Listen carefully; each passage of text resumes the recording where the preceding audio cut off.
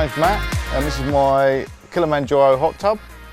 It's made by Wellis. I bought it from West Sussex and I installed it before we'd done the extension works as it was easier to bring in. Otherwise we'd have needed a crane. I use it most evenings when it's nice and sunny, sitting there with a glass of wine. I'm a builder and when I get back after a hard day's work, it's nice to relax in my hot tub. It gets rid of your aches and pains and gives you all over massage. This hot tub comes with the aromatherapy and the oxygen, which is really relaxing. It's got the finger massage over there, which isn't run off the jets.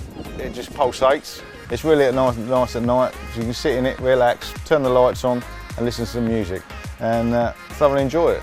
It's very easy to use. It's got built-in bromine charge, so don't have to do any maintenance to it except for check the pH levels, and the rest it does itself.